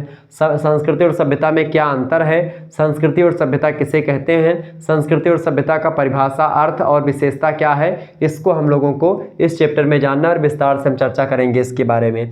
इसके बाद में हम और आगे बढ़ेंगे। 12 नंबर चैप्टर में हम देखेंगे बहुलवाद, बहुल संस्कृतिवाद और सांस्कृतिक सापेक्षवाद। एक प्रकार से ये सब जो बहुलवाद है या बहुल सांस्कृतिकवाद है, आप देखते हैं धीरे धीरे करके संस्कृतियों में बहुत सारी संस्कृतियों का मिलाप होता है। बहुलवाद उसी को बोलते हैं, और खास करके मल्टीकल्चराइजेशन जिसको बोलते हैं, बहुल सांस्कृतिकरण, ठीक है। तो इसके बारे में हम चर्चा करने का प्रयास करेंगे और विस्तार से हम जानेंगे कि बहुलवाद या बहुल संस्कृतिवाद क्या है, ठीक है, ये बात ध्यान रखिएगा। बहुलवाद का संबंध एक ऐसी दशा से है जिसमें सामाजिक, सांस्कृतिक, आर्थिक और राजनीतिक व्यवस्था के अंदर अनेक उप व्यवस्थाएं साथ ही साथ विद्यमान होती हैं, और इसका मतलब यह है कि इन सभी क्षेत्रों में विभिन्न समूहों और वर्गों की परिस्थिति में भिन्नता होने के बाद भी वे समाज का अभिन्न अंग बने रहते हैं। दूसरी ओर बहुल संस्कृतिवाद का संबंध एक समाज में पाए जाने वाले सांस्कृतिक समूहों की भिन्नता से भी होता है, और इस दृष्टिकोण से बहुल संस्कृतिवाद की तुलना में बहुलवाद की अवधारणा अधिक व्यापक है, ठीक है। तो एक प्रकार से ये सब है बहुलवाद या एक प्रकार से बहुल संस्कृतिवाद, सांस्कृतिक सापेक्षवाद, दो संस्कृतियों की तुलना एक प्रकार से या कई संस्कृतियों को एक में मिला करके देखना, सभी संस्कृतियों में से जो अच्छी अच्छी चीज़ें हैं उसको अपनाना, यही सब चीज़ें हैं। इसके बारे में हम लोग चर्चा करने का प्रयास करेंगे, ठीक है। तो चैप्टर नंबर 12 में ये सब हमको पढ़ना है। इसके अलावा चैप्टर नंबर 13 में सामाजिक सांस्कृतिक प्रक्रियाओं के बारे में जानना है, जो सोशियो कल्चरल जो प्रोसेस है उनके बारे में जानना है। सामाजिक सांस्कृतिक प्रक्रियाओं में खास करके कौन कौन सी चीज़ें हैं, जैसे सहयोग हो गया, समाज में जहाँ एक तरफ संघर्ष की भावना होती है वहीं दूसरी तरफ एक प्रकार सहयोग की भावना होती है। समाज में सामाजिक सांस्कृतिक प्रक्रियाओं में सबसे पहली बात सहयोग। समाज में आप जो आपके बगल वाले का सहयोग भी करते हैं और उससे आप एक प्रकार से कंपटीशन भी करते हैं, तो सहयोग का सीधा सा मतलब होता है कि एक दूसरे के काम आना, तो वो सहयोग यहाँ पर सामाजिक सहयोग की बात हम करेंगे।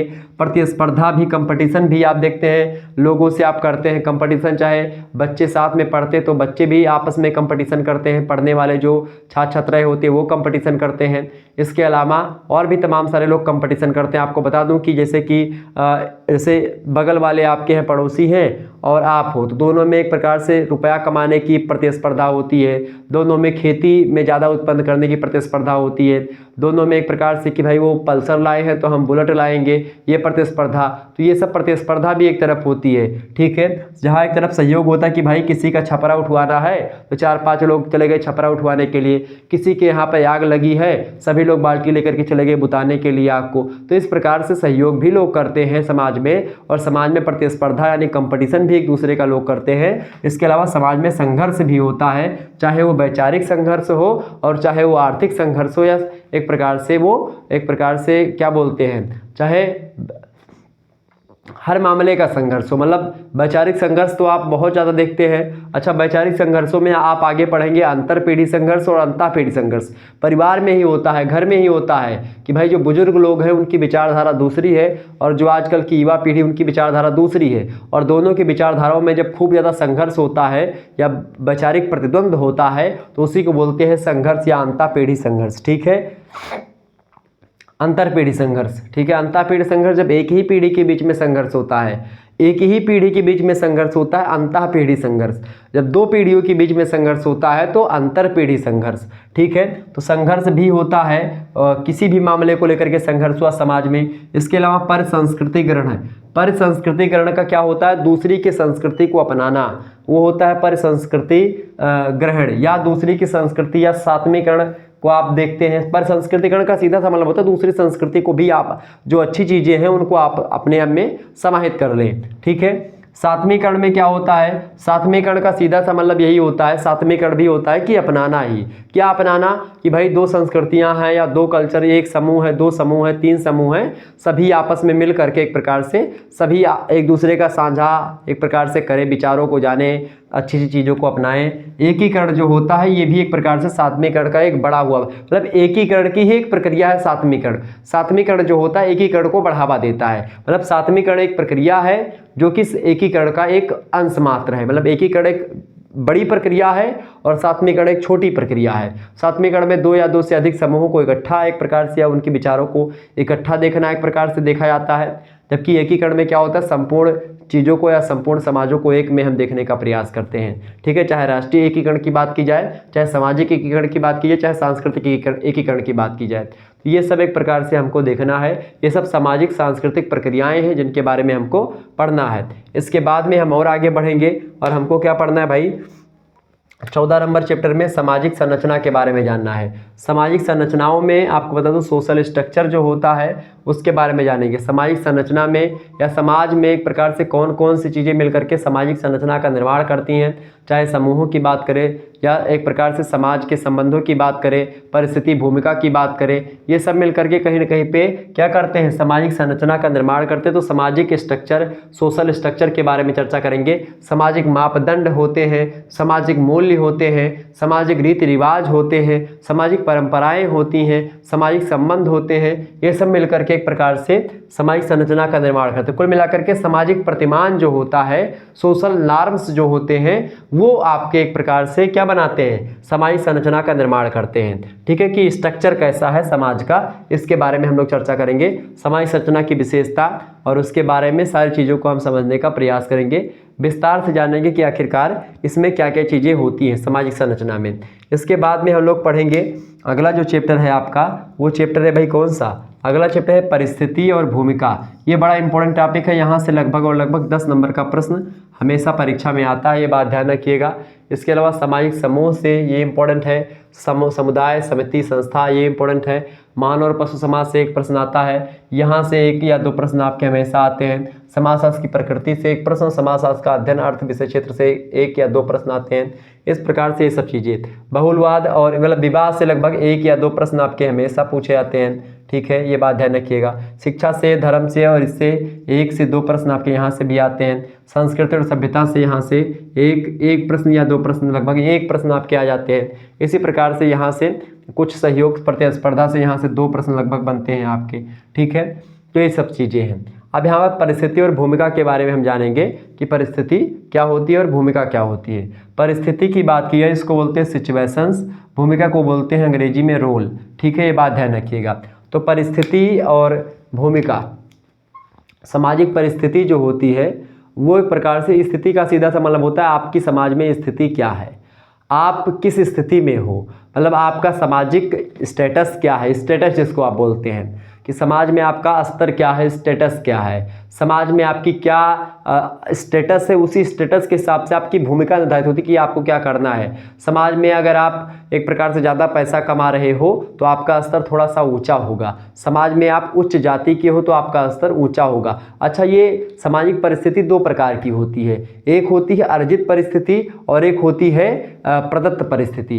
तो प्रदत्त परिस्थिति जो होती है, जो आपके पिताजी के द्वारा आपको मिल चुकी है, मतलब वंशानुगत के द्वारा आपको प्राप्त हुई है। मतलब कि जैसे अगर आप किसी ब्राह्मण के घर में पैदा हुए तो और जाति के लोग आपको पंडित जी पाए लगी, पंडित जी पाए लगी, ये सब करते हैं। तो ये सब आपका कोई इसमें महानता नहीं है, महानता ये है कि आप पंडित जी के घर में पैदा हुए थे। तो एक तो ये बात हो गई, पर ये हो गई प्रदत्त परिस्थिति कि आप जन्म से ब्राह्मण हो या क्षत्रिय घर में पैदा हुए, ठीक है, या आप किसी बड़े घर में पैदा हो गए जो बहुत ज़्यादा धनवान थे, तो पहले से ही आपकी फिक्स हो गई कि भाई हाँ आपका समाज में प्रतिष्ठा है, समाज में आप ऊंचे लेवल पर हैं, चाहे आप धन के लेवल में आपके पिताजी के पास चीज़ें रही हों, या खेत पात आपके पास बहुत ज़्यादा है, या आपके पास सामाजिक प्रतिष्ठा पहले से बनी है आपके पिताजी की, तो चूंकि राजा के यहाँ पैदा हो गए तो आप वैसे ही राजा हो जाएंगे। तो ये सब जो चीज़ें हैं ये सब आपकी प्रदत्त परिस्थिति है कि पहले से जैसे पैदा हुए तैसे ही पता चल गया कि भाई आप इस स्थिति में हो, स्टेटस आपका ये है समाज में। लेकिन एक होती अर्जित परिस्थिति कि कोई बच्चा है, कोई व्यक्ति है, वो किसी ऐसी जाति में पैदा हुआ है जो कि निम्न जाति कही जाती है, या फिर एक प्रकार से ऐसे घर में पैदा हुआ है, चाहे ब्राह्मण क्षत्रिय शूद्र वैश्य किसी घर में पैदा हुआ, वो बहुत गरीब है। वो व्यक्ति जब एक प्रकार से अपना मेहनत करता है, पूरा मेहनत करने के बाद में दिन रात परिश्रम करता है, और कठोर परिश्रम करने के बाद में जब वो ऊंचाइयों को छूता है या अपने गंतव्य तक पहुँचता है, या बहुत सारे पैसे को कमाता है और समाज में प्रतिष्ठा हासिल करता है, एक परिस्थिति अपनी बनाता है, तो उसका स्तर ऊँचा होने लगता है। तो वो एक प्रकार से होता है कि अपने दम पर उसने चाहे पढ़ाई में महारत हासिल करी हो, चाहे वो पैसा कमा करके आगे बढ़ा हो, तो कुल मिलाकर के वो क्या होती है, वो अर्जित परिस्थिति होती है। समझ में आ गई चीजें? तो प्रदत्त और अर्जित परिस्थिति में आपने अंतर जान लिया। प्रदत्त परिस्थिति क्या है, अर्जित परिस्थिति क्या है। प्रदत्त माने जो आपके पैदा होते ही आपको मिल गया, अर्जित मतलब जो आपने कमाया है, आपने जो अर्जन किया है, आपने जो मेहनत के द्वारा अर्जन किया है। कहा नहीं जाता है कि भाई तुमने जो है हमारा बस फूलों की सेज देखी है, हमारा कांटों भरा बिस्तर नहीं देखा। तो कांटों भरा बिस्तर जो है एक प्रकार से उस बिस्तर से लोगों को गुजरना जरूर पड़ता है जीवन में, और जो लोग कांटों भरे बिस्तर से गुजरते हैं उनकी परिस्थितियां अर्जित होती हैं। आज आप देख रहे होंगे जो लोग अमीर हैं वो पहले कभी ना कभी गरीब जरूर रहे होंगे। उनका मतलब अगर आप पिताजी उनके थे और इस दृष्टि से वो आगे बढ़ गए, तो वो सोचिए उनका कोई उनमें योगदान नहीं है, उनकी अर्जित परिस्थिति उसमें कुछ नहीं है। अर्जित परिस्थिति उस व्यक्ति की जिसके पिताजी एक प्रकार से अमीर नहीं थे, गरीब थे, और उसने अपने दम पर एक प्रकार से चीज़ें एक प्रकार से एकत्रित करी है, वो होती है अर्जित परिस्थिति। तो इस प्रकार से ये होता है अर्जित परिस्थिति और परिस्थिति मतलब प्रदत्त परिस्थिति। इसके बाद में भूमिका होती है आपकी, भूमिका मतलब रोल, ठीक है। आपकी स्थिति और स्टेटस के हिसाब से आपकी समाज में भूमिका होती है कि आपको क्या करना है क्या नहीं करना है। अगर आप एक प्रकार से थोड़ा सा समाज में हर व्यक्ति की भूमिका होती है कि भाई आपको ये करना है, आप इस स्टेटस के हैं तो आपको ये कर्म करना चाहिए। तो इस प्रकार से आपकी भूमिका, आपका रोल, जैसे एक मूवी में एक हीरो होता है तो हीरो की भूमिका अलग होती है, हीरोइन होती है, हीरोइन की भूमिका अलग होती है। इसी प्रकार से लगातार अलग अलग जो है चीज़ों की भूमिका अलग अलग होती है। जैसे कि अब गदर मूवी आई है, बड़ी धमाल मचा रही है पूरे के पूरे, बॉलीवुड एक तरफ एकदम बहुत पीछे चला गया था, अब देखिए गदर के आ जाने से एकदम धुआं धुआं कर रखा है सनी देओल पाजी ने। तो इस प्रकार से आप देखिए कि गदर मूवी वास्तव में बड़ी धाकड़ मूवी है, सुनने में आ रहा है। मुझे भी देखने जाना पड़ेगा, किसी दिन टाइम निकाल करके जाऊँगा देखने। अभी तो टाइम ही नहीं मिल रहा, लगातार बिजी हूँ बहुत ज़्यादा, ठीक है। आप लोगों के व्यस्तता में मतलब आप लोगों के लिए एक प्रकार से लगातार टाइम मिल ही नहीं पा रहा, आप लोगों के प्रति समर्पण इस समय पूर्ण रूप से मैं हूँ। तो इसलिए जैसे मुझे टाइम मिलेगा मैं ज़रूर गदर मूवी देखूँगा, इतना बखान मैं सुन चुका हूँ तो मैं ज़रूर देखूँगा। हालांकि कहानी तो मेरे समझ में लगभग आ चुकी है, लेकिन फिर भी मैं देखूँगा, चूँकि देशभक्ति पर मूवी आई है भाई तो देखना तो चाहिए ही। तो चलिए, तो ये हो गई एक प्रकार से आपकी भूमिका।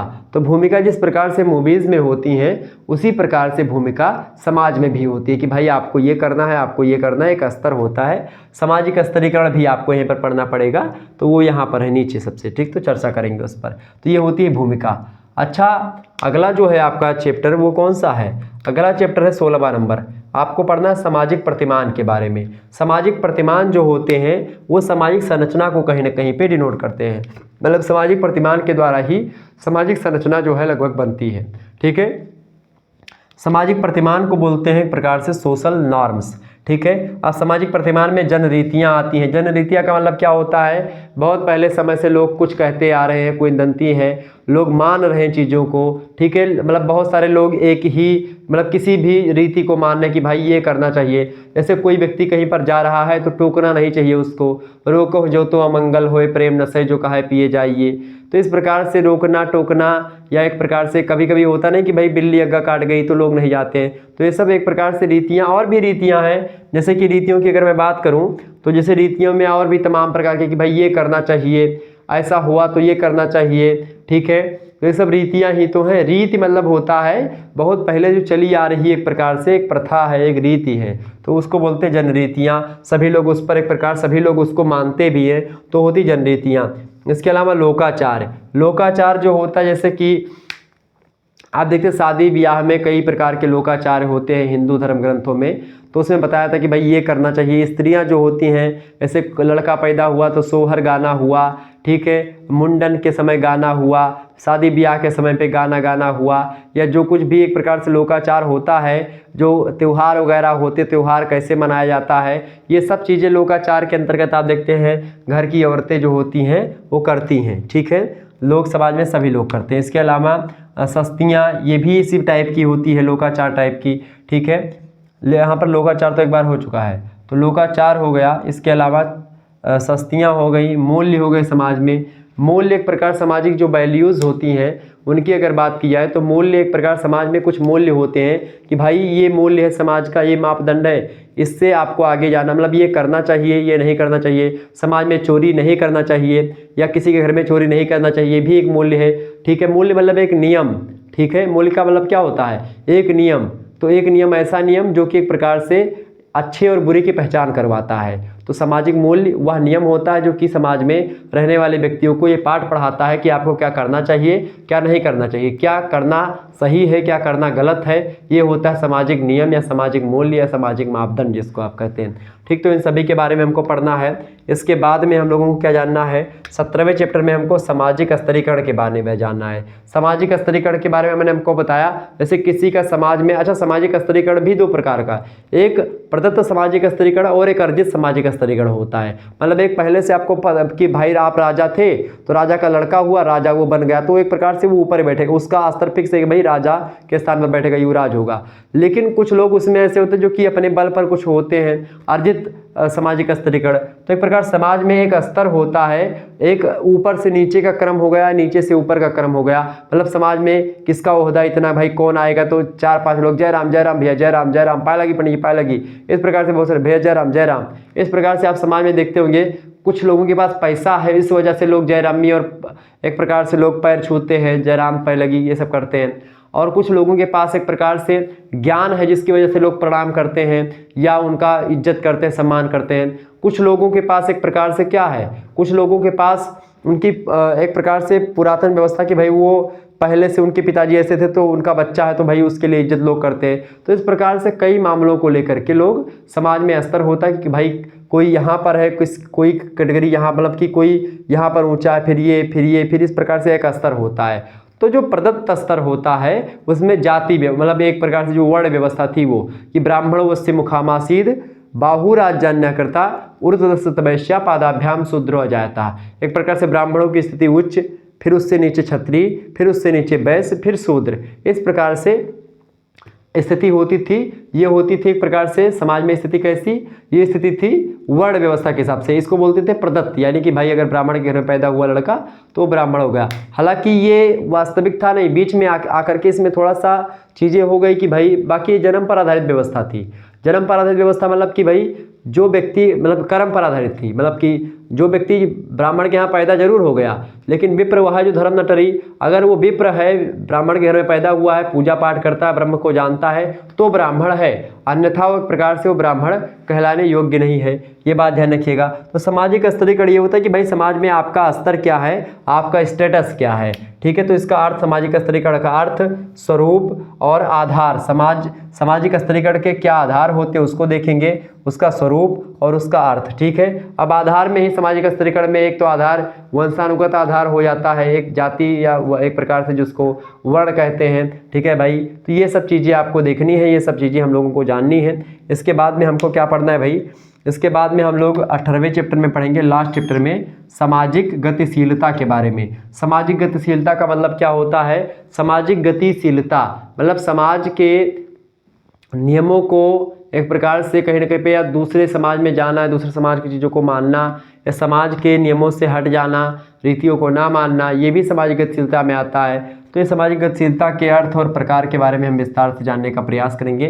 इस प्रकार से चीज़ें आपकी लगभग हमने आपको बता दिया। सामाजिक स्तरीकरण वगैरह के बारे में विस्तार से आपके समझ में सारी चीज़ें आई हुई होंगी। एक बार फटाफट से आप लोग वीडियो को लाइक और शेयर जरूर कर दीजिएगा, ताकि इसी प्रकार से और भी वीडियोज़ मैं आपके लिए लाता रहूँ। ठीक है, तो सामाजिक स्तरीकरण के बारे में आप लोगों ने जाना। सामाजिक स्तरीकरण की अगर बात की जाए तो सामाजिक स्तरीकरण क्या होता है? सामाजिक परिवर्तन जो होता है उसी से रिलेटेड है। और सामाजिक परिवर्तन की अवधारणा, इससे संबंधित विभिन्न पक्षों को समझने के साथ सामाजिक गतिशीलता की अवधारणा को समझना भी आवश्यक होता है। सामाजिक गतिशीलता की अवधारणा को सामाजिक परिवर्तन के संदर्भ में ही समझा जा सकता है।